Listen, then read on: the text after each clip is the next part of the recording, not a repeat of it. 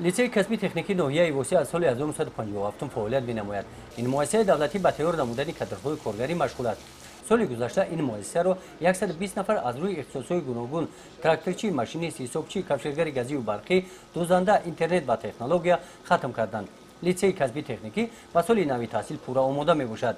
در سال خونشی 2017 آموزگاران لیتسیای کاسبی تکنیکی نهایی واسه پورا همه سیمخانه‌ها، دهلیز و دیگر گرد و اطراف مؤسسه را برای تیاری به سال نوی خونش علاقه ما تیار نمودیم و انتظار قبول خوانندگان نویم که برای سرشوی سال نوی خونش علاقه آنها حجت سپرده ایستاده‌اند.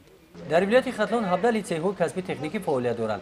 پیش از آغاز سال نوی تحصیل، مشورت августии هیئت رهبری کننده و کارمندان مؤسسه‌های دولتی تعلیمی سوهای تحصیلات ابتدایی کاسبی ولایت خطلون در لیتسیای کاسبی تکنیکی نهایی واسه دویر گردید. بخشیده به این چهاربینی مسئول کارهای خوانندگان و نمایش گذاشته شد. این در دروازه با اشیاءهای دیگری روزگار استفاده شونده را شاگردان همین مکتب تیار نمودند. رهبران لیتسی‌های کاسبی تکنیکی ولایت و مسئول کارهای شاگردان این مؤسسه شناس گردیدند.